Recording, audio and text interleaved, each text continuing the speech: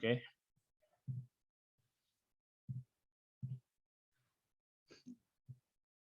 ku base gareysan yahay almost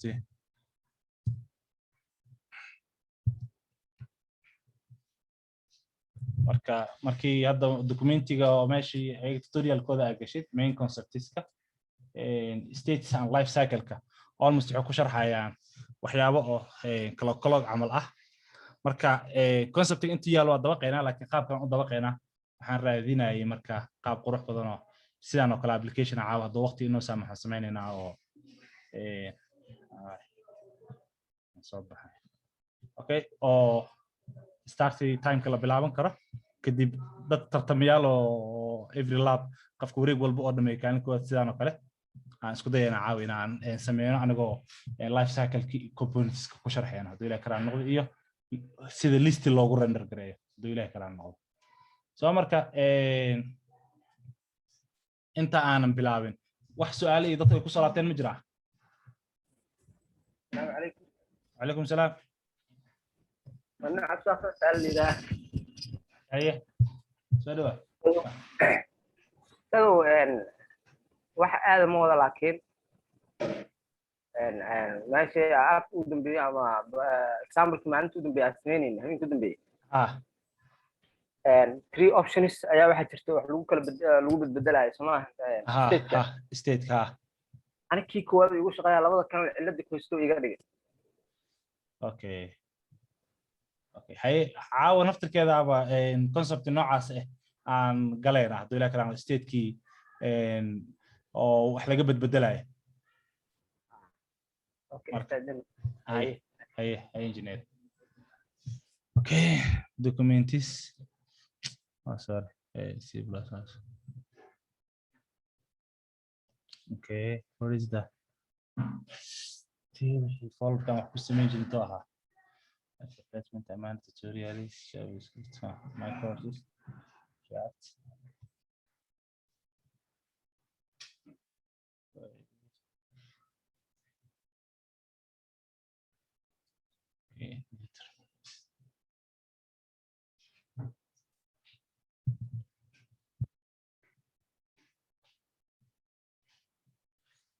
okay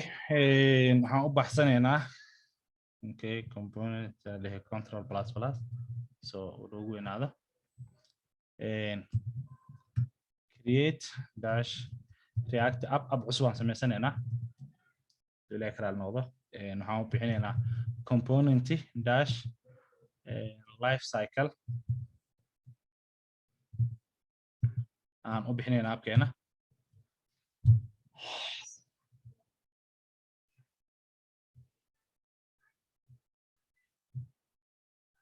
okay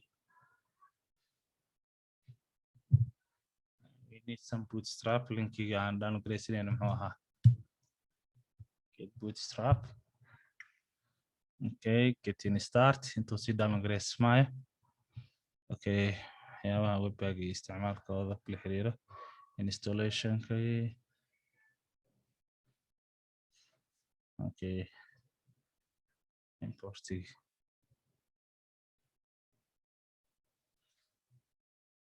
عشان بيكون مقارنة مرحلة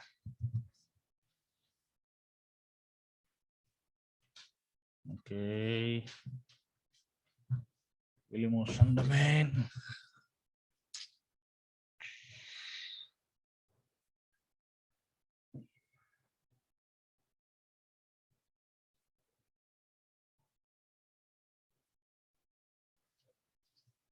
يا أخت هارون ما كان أبوك امرأ سوء وما كانت أمك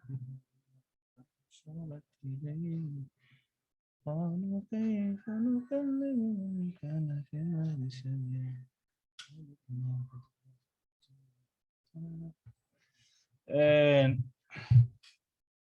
caawa hadduu ilaahay karaan noqdo oo qaybtaan aan sameyno exampleska kale waxaan istusayay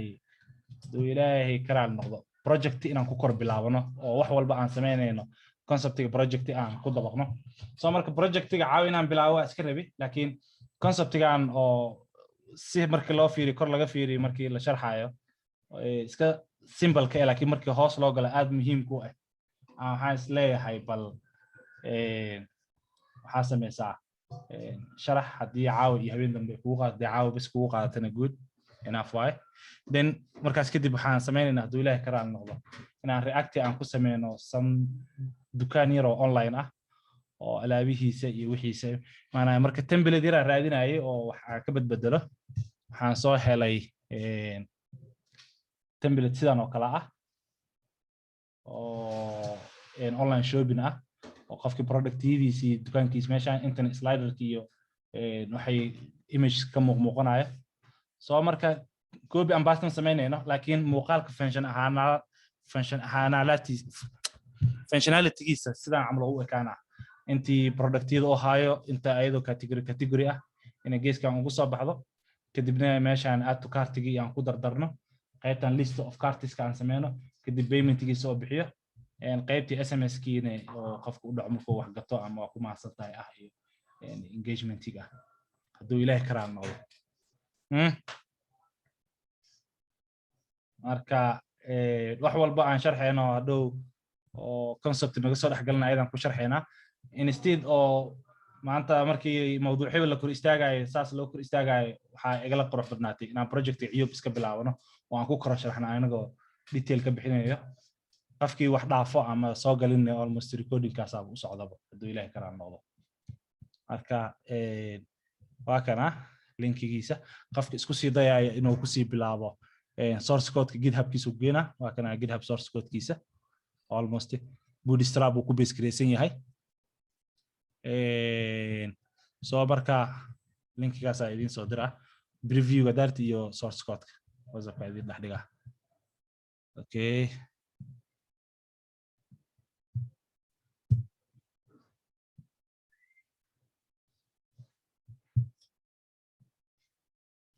okay CD component life cycle npm start npm start yana dhihin my bootstrap-kiga caadiga ahaa aan ku install gareysto npm install ama I isku mid waaye bootstrap kadib aan linkan importigaan soo qaato okay code so control tiller okay aan dhaho aan sii regareeyo npm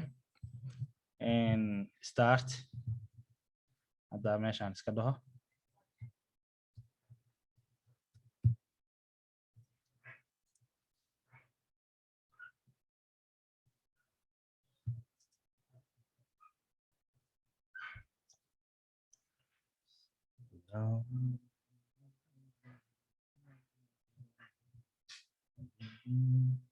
okay wakasa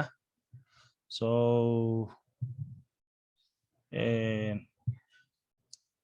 waxaano idil almost waxa ugu muhiimkan okay testigaas shift qabo wala iska shift qabo kan ka tirtir looga iga tirtir index.css kaas iga tirtir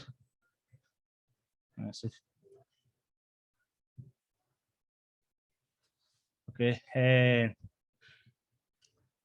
almost meeshaan wax yaraan ka rabay laakiin index.css kan iyo dhaaf bootstrap kan linkigan iska tirtir waxaan kale kan iga tirtir intaan sida ay ahaato abkan waan rabaa kii caadiga ahaa waa mid dib ma wana laakiin testigan tirtir delete okay app.js ha ii ahaado app.css kan waxaan ka rabaa waxaan aad ugu bagay colorkan oo background-ka ah soo marka waa kaasa background colorkiisa iska isticmaalaya inta mostly body okay waxyaabahan kale classkan inta ka tirtir aan keyframe kan iyo animations waxyaabahaas naga tirtir media upload heblo text align center kaas naga tirtir okay index.css kan margin ki waxa soo ma baahni delete okay logo.svg delete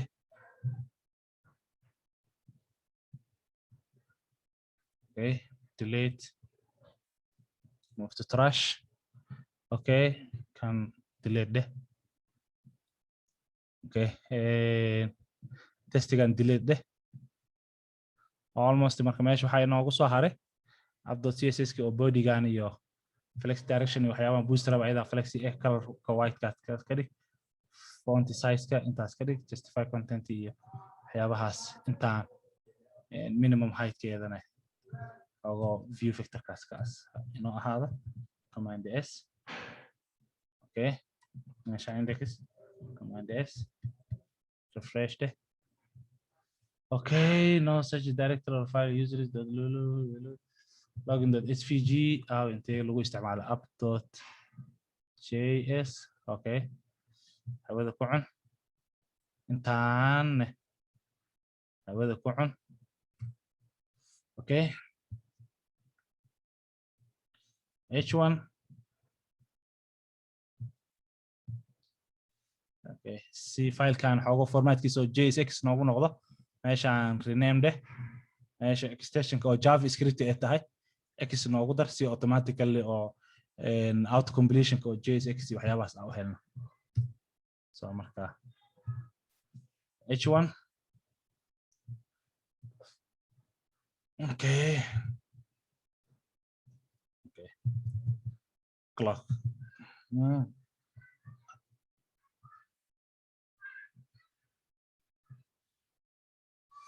okay app.js si default meesha maadaama laba app ay tahay appki oo .css iyo .js meeshaan error meeshaan oo marar qaarkood waxa laga yaabaa inuu ku qabsado meeshaan wuxuu ku leeyahay filekan oo app.js javascript ma aqaanay meesha kaliya oo lagu isticmaalayo waa indexka sababta oo .js oo markuu saas yahay default haduu meesha laba app ku jirto midna waxa waaye .css midna .jsxy so markii sidaan extension aad siinin haduu .css kan oo ku jiro jsx buu qaadanaya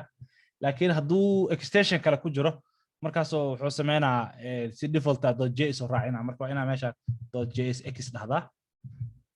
command s index marka wax ka bedeshid automatically refresh dash ma aha index.css ka tirtir miya kan okay linkaas kor iga tirtir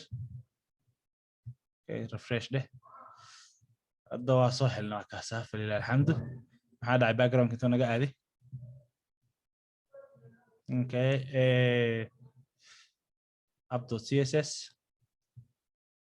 meeshaan body koro aadi meeshaan ay ku xisant miya override ku sameeyay okay si good qayb yar oo hadda kan waxa ku kor baranaynaa noo soo koobiyay code-kan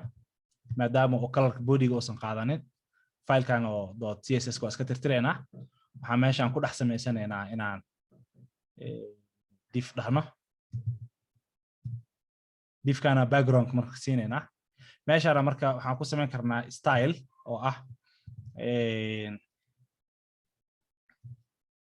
ilaa ku madarnaade waxaan sameynaynaa ina dhahdo for example ina meeshaan dhahdo style macnaha inaan inline style aan ku dhex sameyn karno reactiga naftirkeeda aan parameter ahaan u siinayno style kadibna aan dhahdo object iyo ka raba markaas dhahayd kadibna css property alaala property gaarta qoran kartaa marka meeshaan hadaa dhahdid background color automatically marka space ama dash camera wuxuu rabaa hadii laba er ay yihiin ina camel case ahaan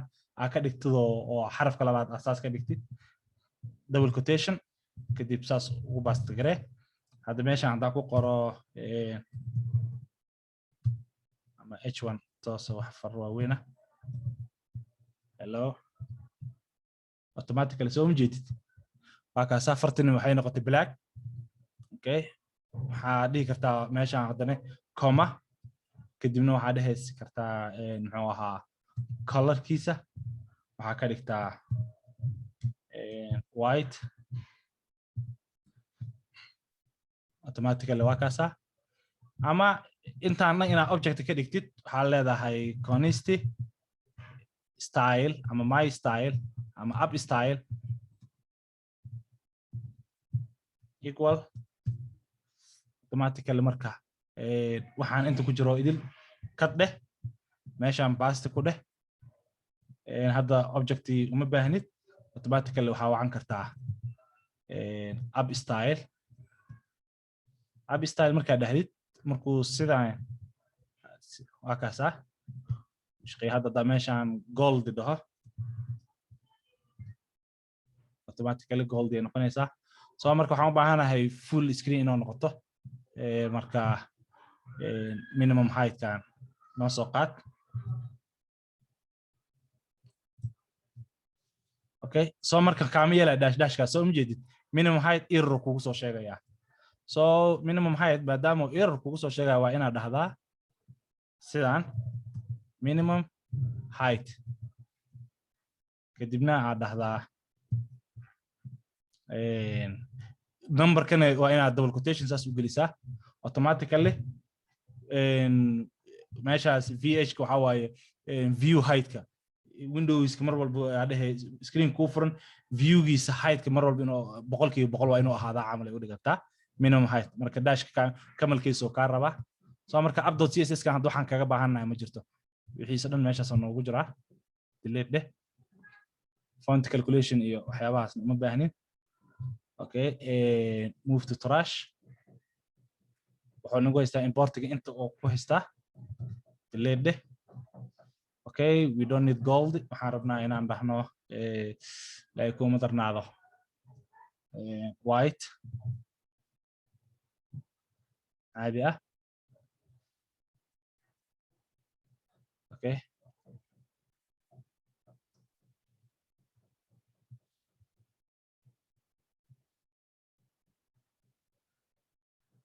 why white ki jadiida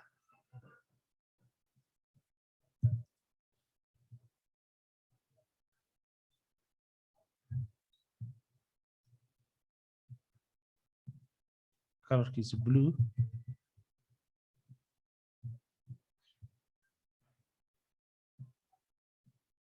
refresh waxa soo rabaa okay white yes hada okay sa geeskaas ugu soo dejiyo almost maadaama bootstrap isticmaalayo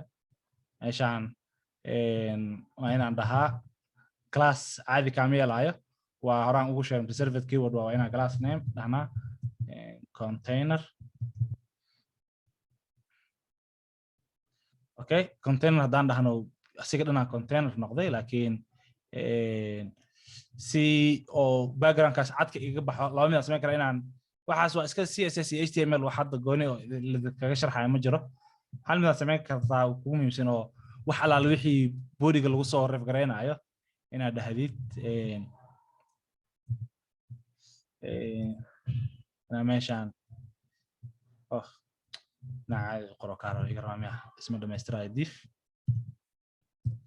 عشان قلي أوكي كم كروقات ماشي سجلي so background كان إيو وحيابهان أو background كل حرير أو إدل وحان كرباه in general أو مدول بو ماشان أو أبكار صوت حقل إن لو قد بقى كان يسوقات initial load إن لو قدره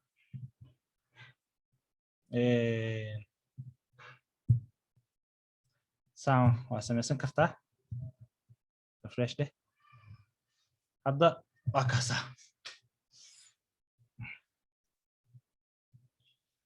اوكي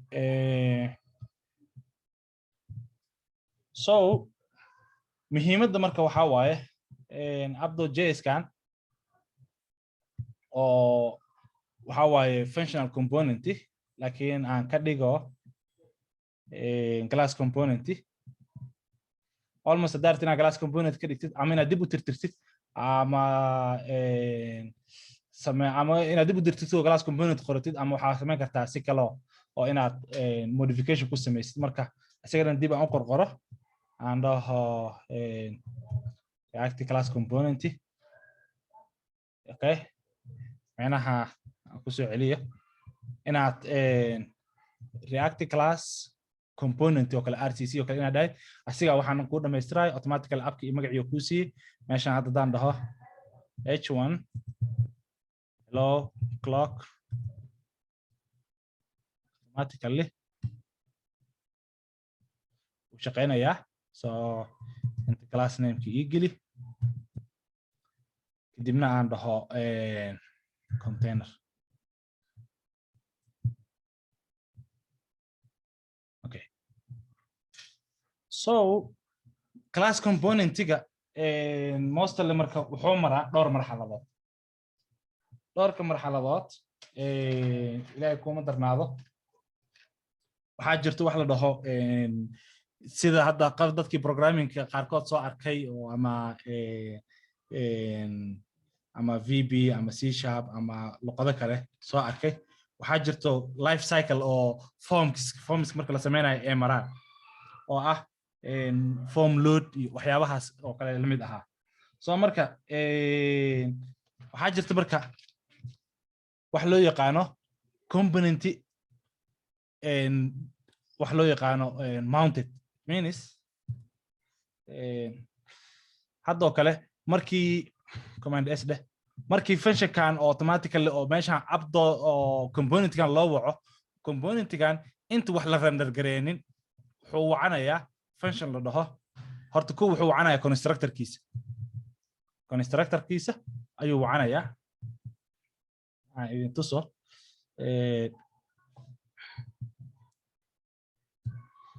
aan dhaho console.log aan dhaho tusaale ahaan constructor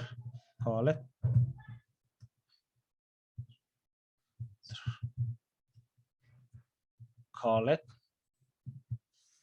iyo waxaa jirta wax loo yaqaano component did mount oo ah markii intaan renderka la sameynin ka hor meeshaan oo hadda meeshaan ageys wuxuu ku leeyahay call it immediately after the component is mounted set here state meeshaan markii doomka lagu mount gareeyo macnaha marka lagu render gareeyo waa la wacayaa okay formation okay kadibna console.log waxaa dhahdaa mounted okay meeshaan waxaa jirta component kale oo ah inta aan la mount gareynin ka hor inaad dhahay kartid component will mount oo future camal u dhiganta inta aan la mount gareynin okay console.log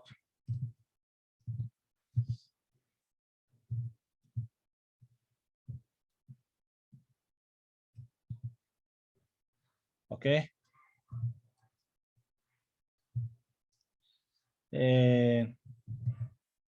will mount iyo wax loo yaqaano waxaa jiro component update ama did update mala update gareeyay inaad dhahdid la waco component markii la update gareeyo console.log updated waqtiga markii la update gareeyo kadib waaye life cycle waxaa jira la dhaho component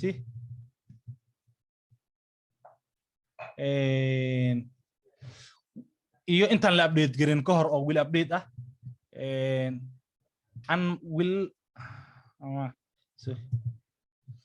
okay meeshaan did unmount oo ayadana ah company aadahay componentiga markii la burburiyo oo destroy la sameeyo componentga meesha laga bixiyo console.log unmounted waxaa kaloo jiro inta aan la burburinin ka hor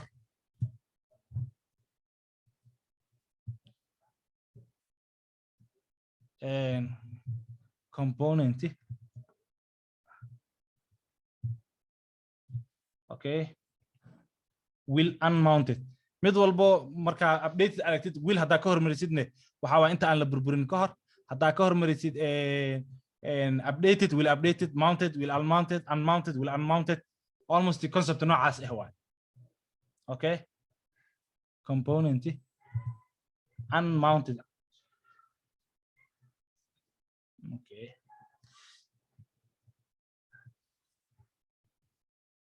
so marka component will unmount bisa jiro saasa component because waa la burburiye in marka la oo laba caay ma jirto intaana ugu muhiimsan marka waxyaabaha ay muhiimka ku tahay iyo renderkan iyo renderingka console.log render method marka had saas dhahdo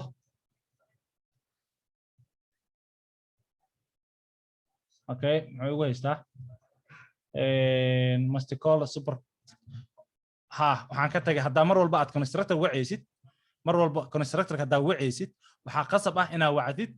meeshan muxuu extendgrena dadka ubis ka soo qaatay ubis conceptgeedu waxay ahayd hadaa glass aad dhaxashid glasskaas hadaa constructorkiisa aad define gareyn default constructor system ku siinaya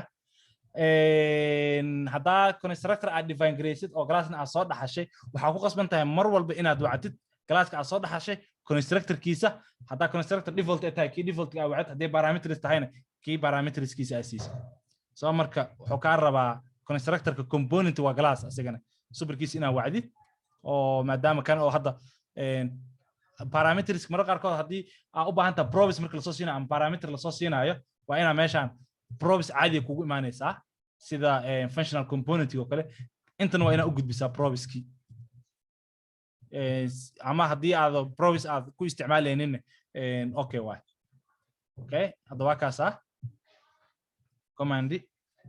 command option I hal mar refresh ide warning ka maxaa waay component will unmount has been renamed okay and it's recommended to use for details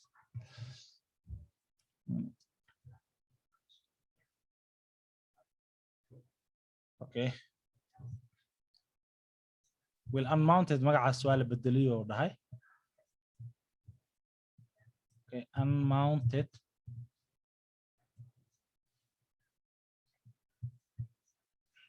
and ma dhamaystiray miya component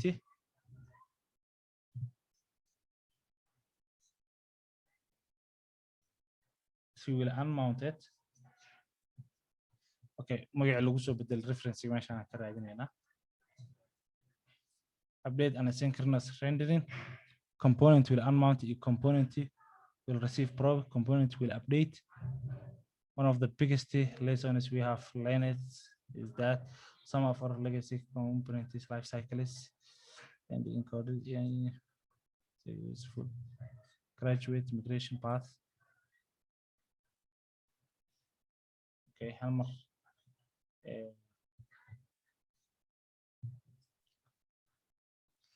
Okay. I didn't life cycle method to a glass. Component will unmount. أنا قلت لهم استعماله يا مستقل هذا استعماله يا resource قاعد يقع وكذا component will unmount. ماشي عم بدلها ده انتهت.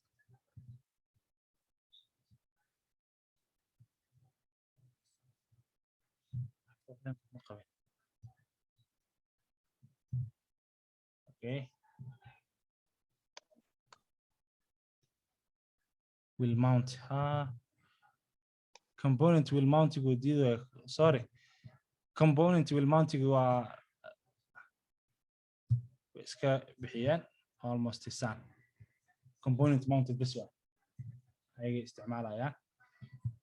soo markaad refresh dheh okay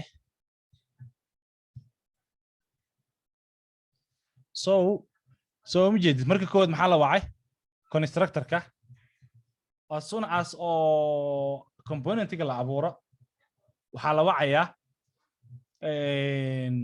component-ga markii automatically page-ka lagu render gareynayo wuxuu wacanayaa constructor-kiisa la wacaya constructor-ka marka la waco constructor-ka waa wax ugu horeeyo glass marka la wacayo maadaama glass yahay oo loo wacayo la dhisayo marka la dhiso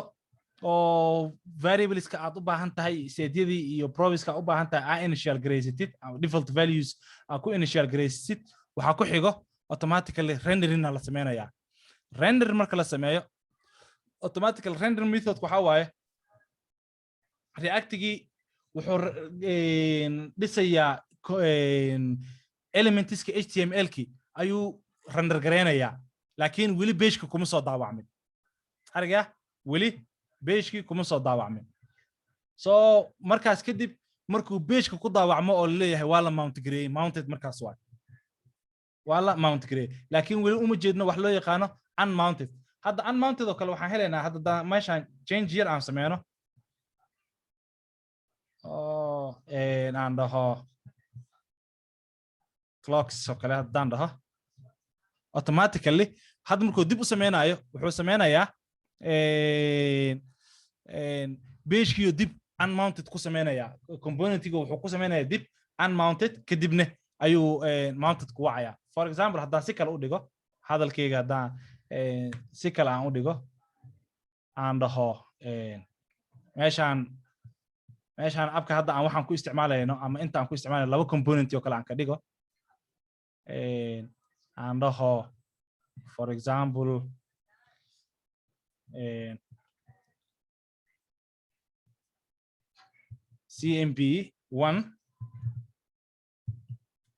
cmp1.jsx iyo component 1 2 adhehe component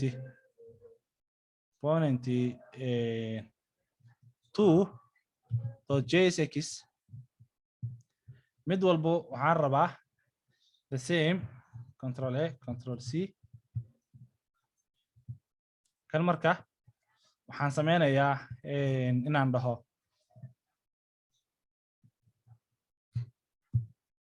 component 1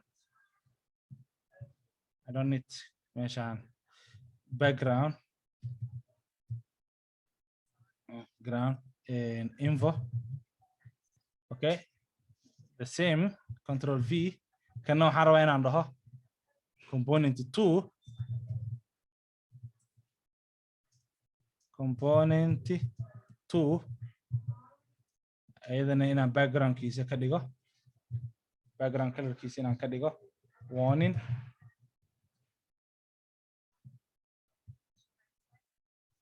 so marka meesha aan ka isticmaalayo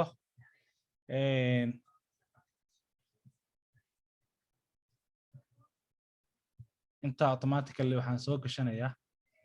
okay meeshaan afkaan magaca ka bedel 1 اسده كنا مقع كبدل component 2 ده instead an hello clocks استعمال لها وحان استعمالها يا an so import cresto اوكي import عادي استعمال prototype مرة بقى عنده component 1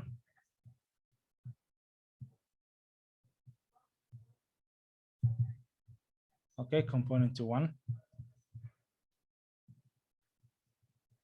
component 2 component 2 ايش عمرك عنده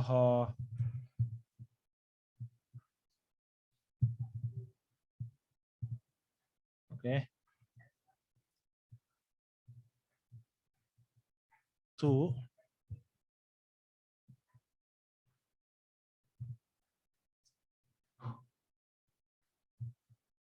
okay component 2 okay component 1 iyo component 2 automatically saasu igu render gareey haddaan rabo inaan meesha marka aan dhigto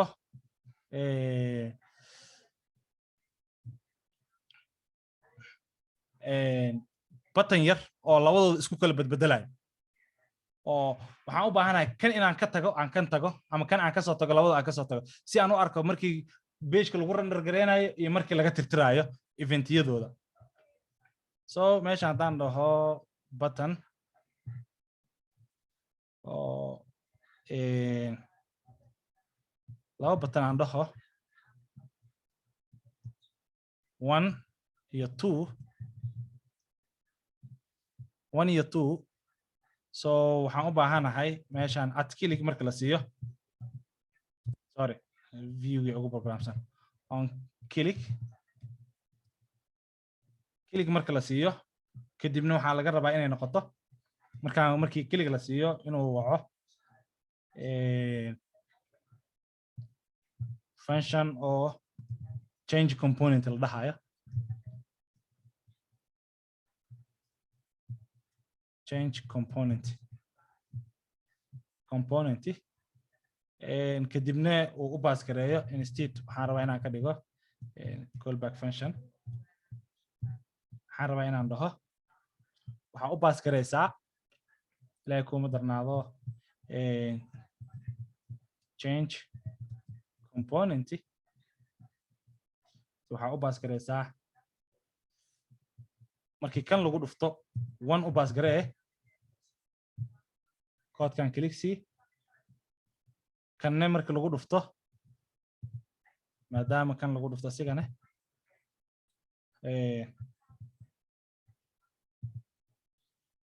kanna waxaa siisaa component 2 okay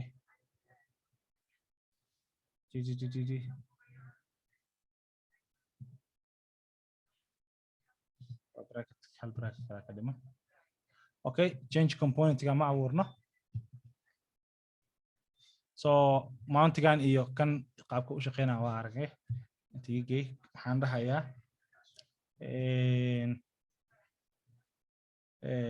almost okay inaan dhaho change component equal si aad this keyword u hesho waa inaa arrow function isticmaasha ama change component kadibna waxaa dhacdaa markii loo soo baas gareynayo aan dhaho meeshaan component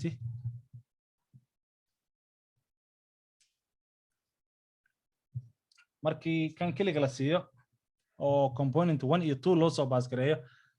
laba mid waa samayn karnaa aan dhahno hadduu 1 la eg yahayne component 1 ama component 2 ama inaan inta component nafsigooda ugu baas gareyn laakiin waxaan samaynaynaa ilaahay kuma darnaado function iga tirtir ama sub console.log aan dhaho probes kan fiiriyo adhe isticmaalo componentkii loo soo dhiibay inta waxay iga rabaa maadaama uu class member uu yahay hadda function kan inaan dhaho this intana waxay iga rabaa inaan dhaho this so hadda kan ku dhufto 1 2 automatically 1 2 1 2 so based on that condition waxaan sameynayaa inaan dhaho meesha inaan state abuurto state tookada hore aan ka soo aragnay oo ah in la bedelo marxaladda componentiga soo marka state-ka constructor markaa taagan tahay constructor ku dhex jirtid inta state-ka waa ku abuuran kartaa ama mostly si guud sida caadiga ahaa inaan meeshaan state dhahdid state equal dhahdid component tigi rabo in wax laga bedelo si default aad waxa igu jiro 1 component 1 marka waxaan rabaa inaan dhaho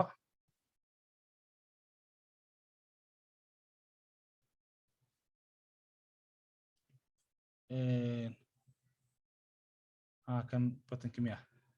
si default component igu jiro kadib inaan dhaha rabaa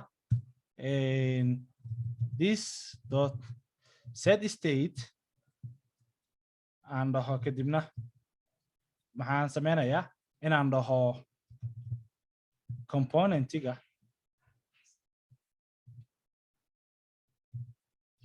objectiga samee kadib waxaa dhahdaa componenti waxaa ku ridaa componentigan la soo geliyey kan componentigan la soo geliyey haddii 1 la soo gelin 1 ka dhig haddii 2 la soo geliyeyna 2 ka dhig based on that condition waxaan ku sameynayaa meeshaan meeshii 1 iyo 2 laga dhigi lahaa inaan dhaho dhowr si aan isticmaali karnaa inaan meeshaan aan JSX isticmaashid aad dhahdid this dot state dot component hadduu la eg yahay 1 automatically conditionka oo true yahay ternary operator lahaa waxaa soo celisaa component 1 current gray page okay else hadduu 1 yahay waa 2 sooma else waa inaad dhahdaa component 2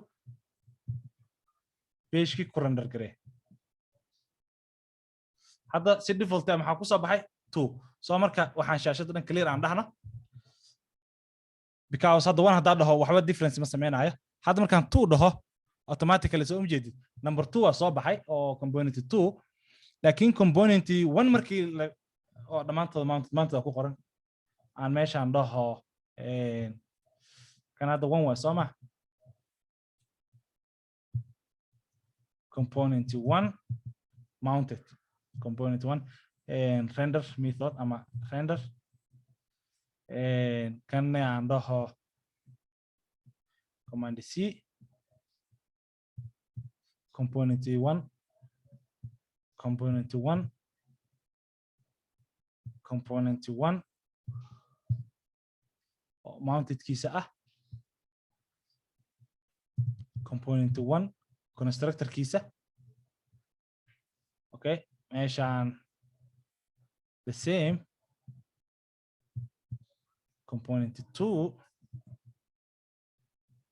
component 2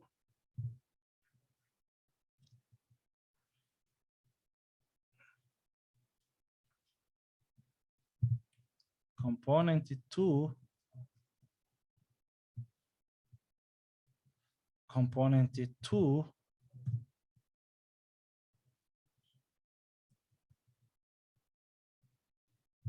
component 2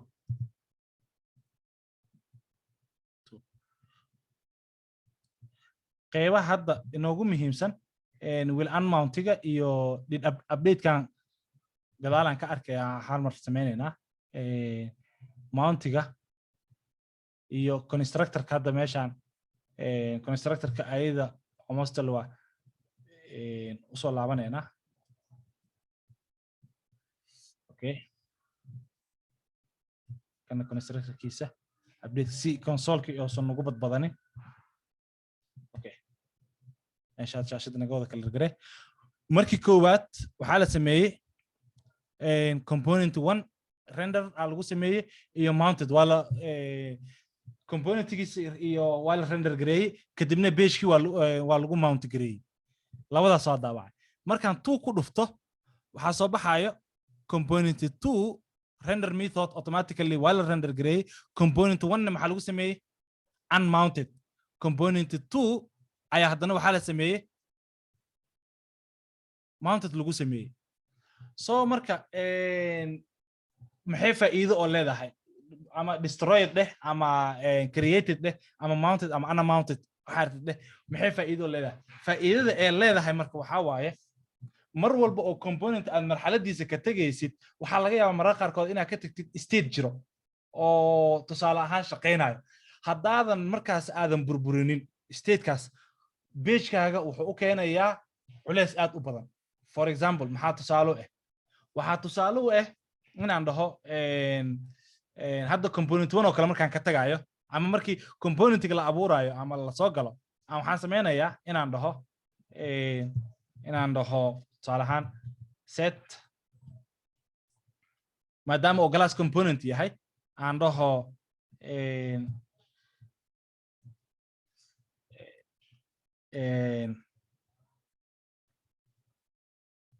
state kiisa kadibna aan dhaho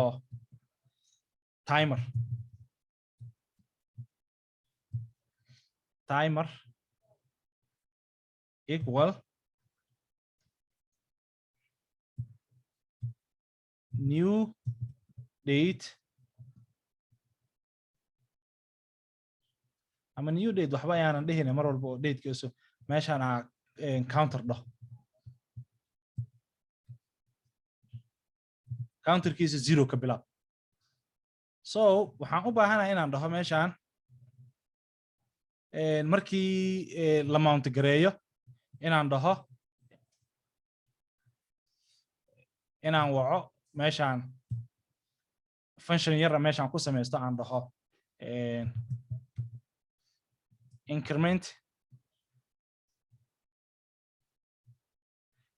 ama timer inta dhaho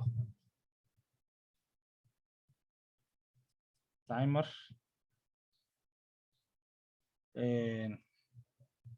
equal arrow function si aan this keyword u isticmaalo kadibna timer kan dhaho this dot set state counter kayga waxa ku sameysaa counter kayga waxa ku ridaa this dot state dot counter +1 markii componentigayga la mount gareeyo ama la render gareeyo haddaan meeshaan dhaho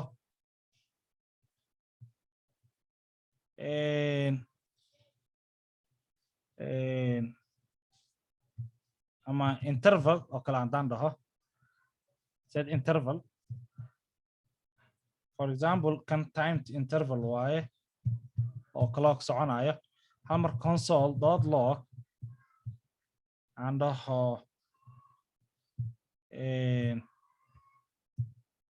new date mar walba dot to local time string every interval kan ha dhaco every second every 1000 millisecond amar intaan counter ku galin meeshaan hoos waxa u jeedaa every second saacadii ee computerka marayso ayuu ii soo saaraya every second saacadii ee computerka marayso ayuu ii soo saaraya component 1 aan ku jiraa haddaa component 2 aado automatically saacadii way iska sii socotaa soo ma jeedid way sii socotaa haddii aan tarjumo koodkan aan tarjumo aan dhaho waxaa sameysaa inta aad saacad sameyn lahayd waxaa wacdaa functionkan leeyahay timer okay timer call garee every timer markii la call gareeyo meeshii component 1 la dhahay waxay ugu soo daawacdaa this dot state dot counter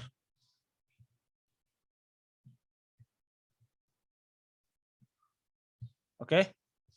counter hadda 1 uu maraya 2 wuu sii socdaa hadda markaan component 2 aan aado meeshaan wuxuu cilada u soo saaraya dhow idin sheegaya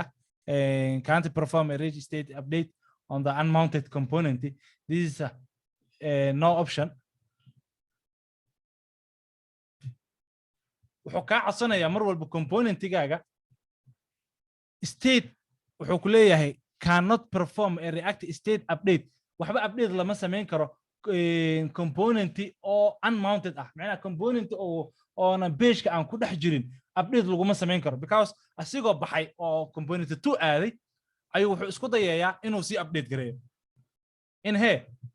oo counterka set state kan oo la wac maanta idin marka every 1 second waxa leedahay time interval is sameey every 1 second waxa sameeysaa function kan call kan wac function kan marka la waco set state oo wacaya set state markuu waco state-kii wax ka bedelaya state markuu wax ka bedelo update la wacaya update marka la waco wixii in la update gareeyo marka la ogaado dib loo celinaya renderkii page-ka lagu render gareynaa marka la rabo in page-ka lagu render gareeyo component-tigana unmounted way markaas cilad noocan ah ku kala qabsanayso marka qaarkood waxa laga yaabaa inaad page-ka aad waxba ku render gareyn aad set state iyo aad holahaas isticmaalin oo laakiin background shaqooyin hoos ka socoto taas marka waxay sababaysaa shaqo inay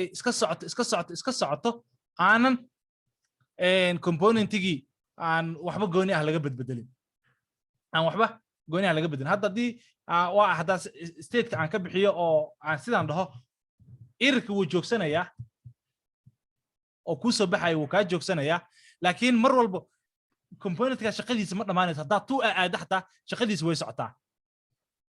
mujida saacad way socotaa component 2 aan ku jiraa 1 waa ka soo tagay 1 ka daa ku laabtane waa kaasa mujida hadda muxuu sameeyay markii la imaadana haddana mar kale dib u siisay mid walba laba mar la daawacay soo mujid mid walba laba mar fiiri difference waxay arag markii koowaad hal mar waay hadduu console kana wuxuu yahay haddii condition kan laba mar soo noqdo inuu laba mar meeshan ku qoro ariga waa ka tagayaa waa u soo mid walba hal mar soo baxayo hal mar aan sii clear gareeyo markaan u soo laabto 2 times la wacay page-kii waa ka tagay inta aaday waa soo laabanaya meeq mar la wacaa saddex mar mujida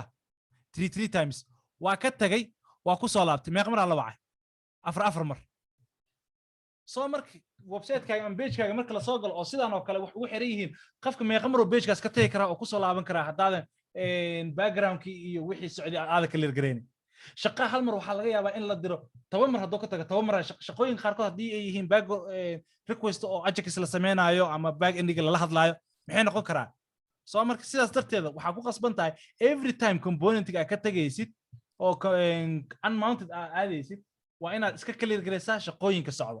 hadda kan oo kale si u clear gareyn karnaa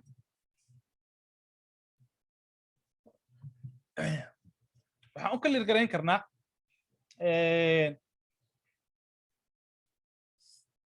function kan almost dadka javascript koorsooyinka soo qaatay waa function global ah oo soo celinaya reference-gii oo function-kaas address-kiisa soo marka waxaa leedahay inaan dhahno for example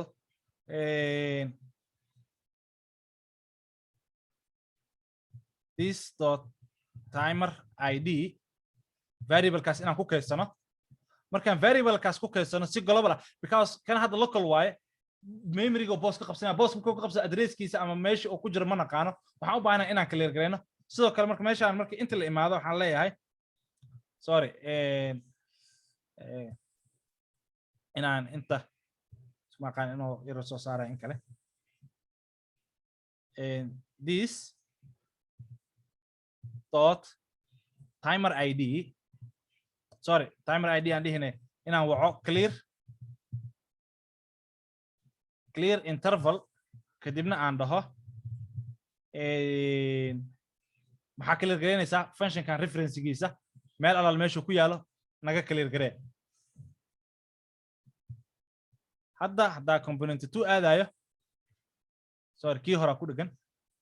okay hadda waa kaasa wuu socdaa component 2 haddaan aadayo automatically wuu joogsaday time interval-kii waa la clear gareeyay hadda markaan ku soo laabto markaas soo bilaabanaya hadda daan isku dayo marka hadda state-kayga hadda daan timer-ka waxaan dhaho state-ka waxa laga bedelo oo page-ka render lagu sameeyo error-ka day ii soo baxay iyo ma soo baxay okay refresh de 2 add 1 ku soo laabo 2 add soo mjeed 1 ku soo laabo automatically component 1 render is 2 render marka hal mid kala jirto every time uu update dhaco state-ka isbedelana component-ga marka haddana dib loo render gareynaa every time uu state isbedelo waa la render gareynaa every time uu state isbedelo waa la render gareynaa oo update dhaco 2 waan aaday error-ka ma laha marka aan ku tusay error-ka inuu soo noqonayo in kale timerkii saan u furan yahay clear intervalka oo markii unmounted uu yahay aan comment iska saaro refresh leh okay tu ku laabo soo ma jeedid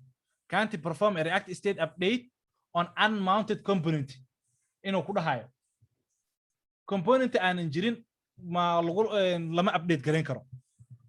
soo marka mar walba ku qasban tahay inaad life cycle qaabka u shaqeynayo iyo component unmountiga iyo qaabka oo sidaas u shaqeynayo inaan hagaajino dala inta aan filay in ka badan oo iga qaato waqti the second waxay tahay marka si u implement gareyn karnaa aawi cloga day clogan oo kale kaas marka 3 saac iyo 5 daqiiqo waa 30 daqiiqo so ma sameeyna barnaamijkaas mise assignment aan kaga dhiga habeen damba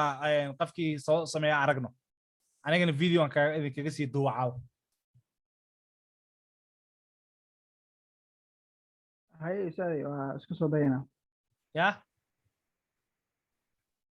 waa isku soo dayna ustaadi assignment kariga assignment oo isku soo dayna ha okay adigoo oo ka faa'iideysanayo ciladahan componentiga laga kala tagtagayo la aadayo hal mid marka marar qaarkood aan rabaa 30 daqiiqo kale inaan kaga faa'iideysto markii sidaan la sameeyo for example argaya laba mid jirto aan wili idin dhigin laakiin idinka laga rabaa researchkiina iyo baxfigiina inaad la imaadaan markii saano kale markay tahay saacad markay saano kale u bilaabato start marka la dhaho oo 100 markuu kan gaar kana laba gaaray kan saas gaara laakiin muhiimadda taas waa concept way muhiimadda marka la dhaho qafka wada imaado mugtaa qafka wada hal rabo daqiiqada ku imaado in dhag laga sii hore oo liis kala sii geliyo Soomaa laabo kale marka lagu dhufto maxaa soo baxay kaalinta kood maxaa lagu galay 14 second laab marka la dhaho kaalin labaad maxaa lagu galay soo ma jeedi ha kaalin saddexaad maxaa lagu galay 6 second something like that or in adehe sorry kan qafkan kaalintii shanaad waa ka inta adehe kan 14 ku gal kan 20 second ku gal kan 16 ku gal kan marka laab la dhaho 6 soo marka listing oo ama li isticmaal qasab ma design kan saan noqdo laakiin muhiimaddu xitaa functionality-ga listing inuu saas isugu xigo soo marka sidee list loogu render gareeyaa page muhiimaddu marka waxay tahay sidee list page loogu render gareeyaa page listing stop ina dhahdo page waxa ugu list gareynaysaa for example haddaan rabo hadda aawi component-geena kan soo maraayo 100 iyo inta counter oo maraayo ama wax maraayo oo waxaan u baahanahay mar walba intaas haddaan rabo oo in lagu render gareeyo oo component-gaan ama la soo celceliyo ama si kale haddaan u dhigo for example oo list ku habboon component 1 Soomaa okay kan conditional rendering ka component 1 component 2 so waxaan sameynayaa hal mar kan destruction aan ku sameynayaa function aan ka dhigayaa si aan function ugu dhigto mostly class component isticmaala life cycle ka oo functional components hooks loo yaqaana ayaga habeen dambe sharxeena inaan dhahno for example function aan sameeyaan dhaho render list ama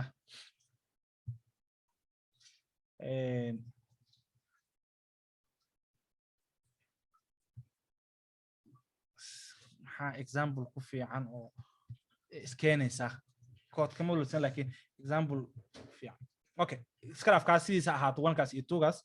aan sameeyo list of array oo paragraphs ah aw state-keyga meeshaan aan dhaho okay Spanish oo kale ama list kadibna listiga array oo objects ah waaye aan dhaho mar walbo almost indexkiisa waxa ah laakiin aan dhaho names oo kale sidaan okay mid walbo comma iyo comma ama comma u dhaxaysii okay kana comadiisa ka tagin inta Abbas علي عبدي عمر أحمد markay saas listigaas uu yahay hadda daan rabo inaan dhaho meeshaan ul oo dhexdiisa ku dhex jiro li kale kadibna aan dhaho inaan soo bandhigo statekaas wax ku jiro waxaa dhihi karaa marka inaan dhaho meeshii li oo sidaan aan dhihi lahaa inaan sidaan dhaho inaan dhaho this inaan jsx isticmaalo bracket for dhahid this dot state dot listis kadibna aad dhahdid dot map array map waa soo aragna soo ma inaan map isticmaashid kadibna aad dhahdid mapka parameter la siina parameterka waxaa u baxsataa name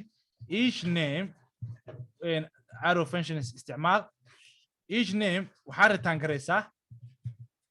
array cusub hal rabaa inuu return gareeyo waxaa return garaysaa li return garee li ga marka waxaa laso name ayada dhexdeeda waxaa waaye kan namekaas object waaye waxaa igu return garaysaa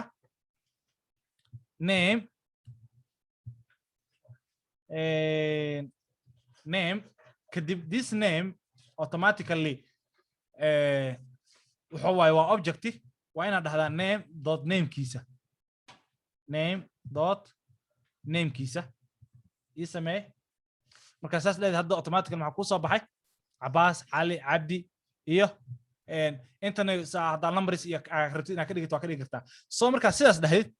hadda marka refresh aan dhahno weli error soo baa error wuxuu ku leeyahay warning each child in the list should have a unique key waa inuu yeeshaa key oo unique ah unique key ga waxay sameynaysaa reactiga midka haddii wax laga bedelo haddii wax laga bedelo si ay ayada ugula socoto waa inaad key u sameysaa key marka waxaa u samayn kartaa meesha inaan mid walbo aad id u soo samaysid oo difference ka ah ama indexkiisa inaad isticmaashid for simple si errorkaas hadda u baxo meeshaan mapkan laba parameters oo siinaa ilaa 3 parameter waaye midka koowaad waxay tahay objectiga midka labaad waxay tahay indexka oo arrayda ay ka tahay maadaama waxaan array tahay indexkeeda soo marka meeshaan waxaa leedahay li bracketkeeda waxaa leedahay key waxaa ku ridaa index c index automatically hadda refresh dhahayd errorkii wuu kaa baxay soo ma jeedid it means index 0 1 2 3 oo mid walba siina si aad ogaatid waxaa kaloo idinka hilmaamay waa inaad computerkiina aad ku shubataan haddii mostly chrome markaad isticmaalaysid chrome the best ah ayagan inta badan ku jiraan I don't know extensions inta laga aadi jiro chrome extensions waxaa jiro react dev tool wax la dhaho developer tools iyo chrome extensions meeshii ustaad developer tools ku jirtaa waa kan extensionska kadibna inaad meeshaan ku qoratid react dev tool soo ma jeedid react dev tool kan waxyaabaha uu ku faa'iideynaya ko waxaa kamid ah markii aad haddaan off iska dhaho automatically meesha wuu ka baxaya meeshaan ma jeedaa aniga hadda view iyo react igu jiro markii aad react samaynaysid react componentgeeda inaad debug ku samayn kartid oo kale hadda meeshaan markii inuu saan componentska kugu soo saaro hadda wuxuu tusayaa componentgeega siday kala wada yihiin ugu wada jiraan refresh deh okay component 2 1 almost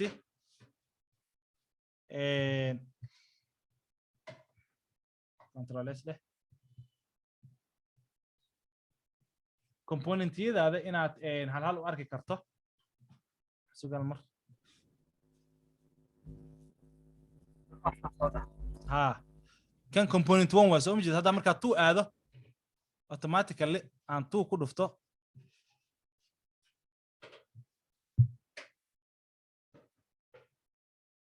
weli component 1 ku dhagan yahay ma aqaani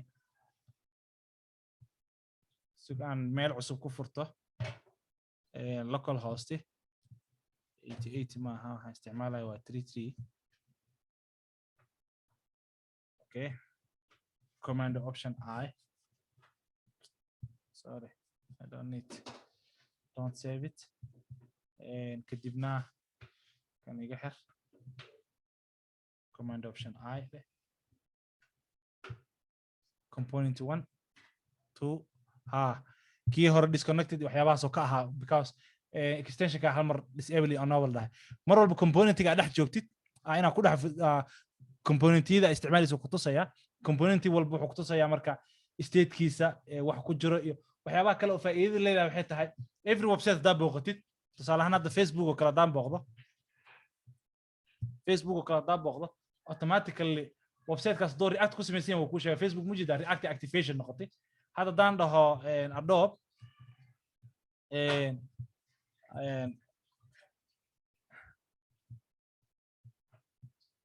sorry Adobe caadiga hadaan tago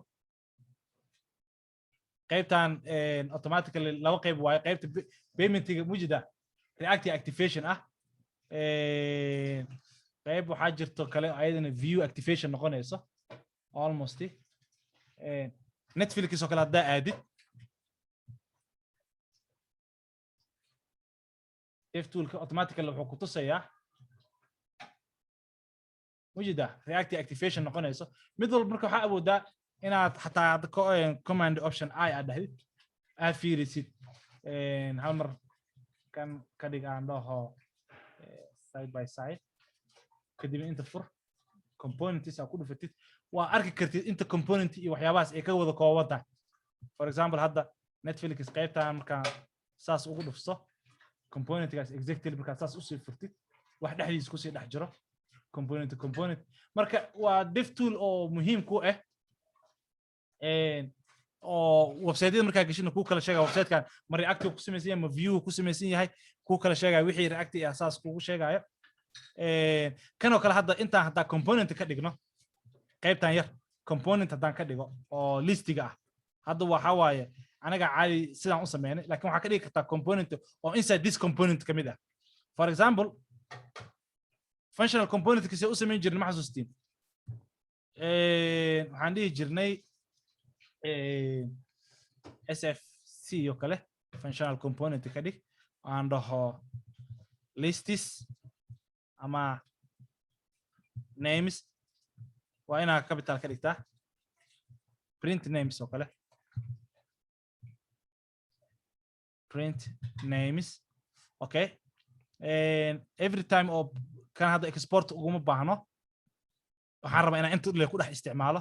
kadibna aan rabo aan dhaho meeshaan li ga dhexdiisa waxaa functionkan loo soo baas gareynayaa probeskii oo classka lahay ma aha okay meeshaan diskan ka tirtir probes loo baas gareynaya kadibna aan dhaho probes probes iga qaadanaya probes dot name isoo baas garee inaad dhahdid print namekaas waa component hadda file gooniah kama dhigin laakiin intaan ku dhex samaystay print nameka marka hadda meeshaan list caadiga aan li ku daawacaan dhahayo automatically waxaan dhihi karaa inaan dhaho instead li ii daawacaan dhihi lahay componentgan daawac aan dhaho magaciisa muxuu ahaa print name daawac self closed ka dhig okay parameterka oo probeka oo iga rabo waxa waaye waa nameka intoo ka imaanaya adhehe name waaye nameka wuxuu ka imaanayaa arraydi dot namekeedi sorry arraydi dot namekeedi dot maxaan qorayaa dot name intaa capital sidoo kalena wuxuu rabaa componentgan key oo rabaa inaan dhahno keygiisa maadaama dhowr xab la render gareynayo list mar walba list isticmaalayso waa inaad key la isticmaashaa haddaa equal double quotation aad dhahayd ariga cilada ku qabsanaysa waxaa index haddaa meeshan ku qortid indexkan automatically wuxuu u fahmayaa inuu text caadi yahay mid walba index oo siinaya laba index isku aadan hadduu arko wuxuu u fahmayaa laba key oo isku aadan si uu variable value-giisa u qaato waa inaad JSX expression kaas isticmaashaa kadibna aad dhahdaa index sidaas dheh hadda soo ma jeedid muxuu ku tusayaa print listiga meeshan componentiga as inay tahay component inay tahay soo ma jeedid print name mid walba muxuu haystaa keygiis 0 waa kan keygiis 1 waa kan keygiis 2 waa kan keygiis 3 waa kan keygiis 4 waa name midkan koowaad mujida maxaa la lahaa namekiisa waxaa ku jira Abbas macnaha propertygiisa kadib wuxuu ku tusayaa rendered by yaa intoo ka imaaday waxaa soo geliyay appkaa soo geliyay oo componentiga appkoo ka imaaday ayadana componentiga inside waa directed file gooniya ka dhigi kartaa si nafsikiisa waxaa dhigi kartaa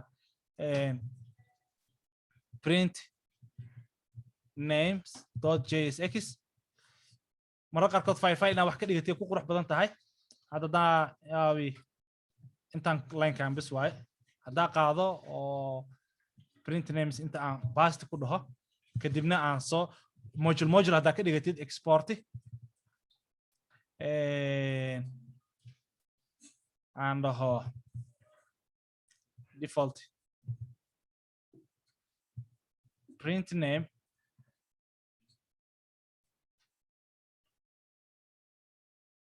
está okay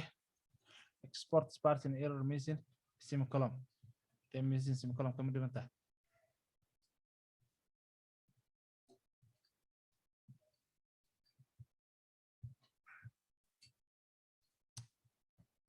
sorry marka export is list wuxuu ka filaa inuu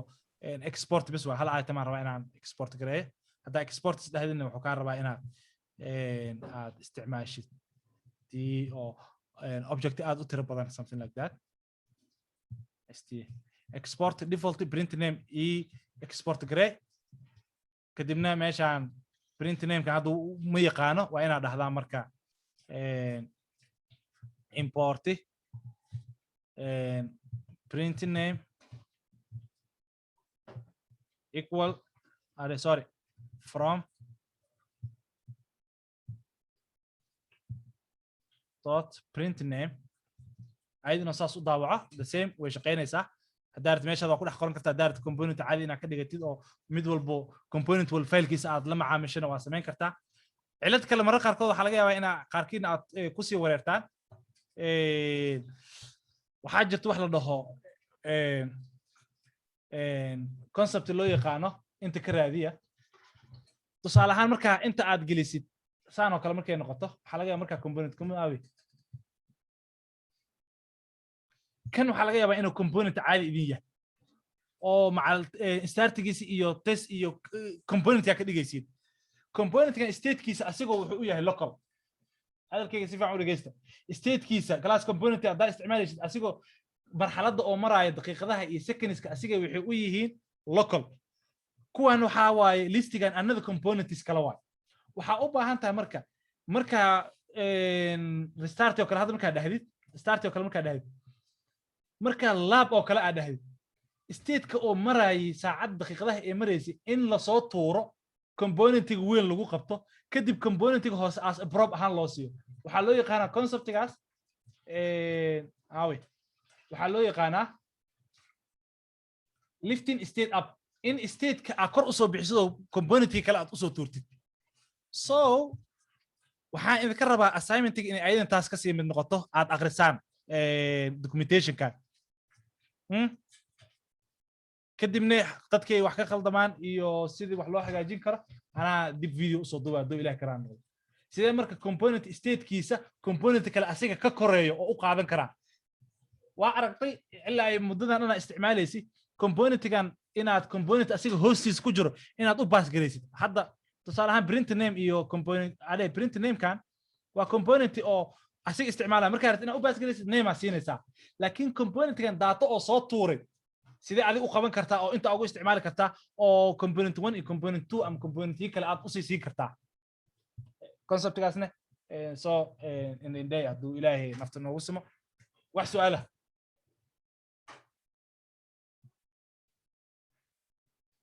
oh sorry hello أستاذ recording laga joojinayo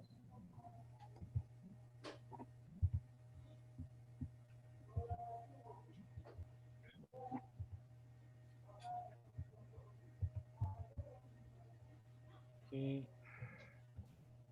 كودينج أستاذ يا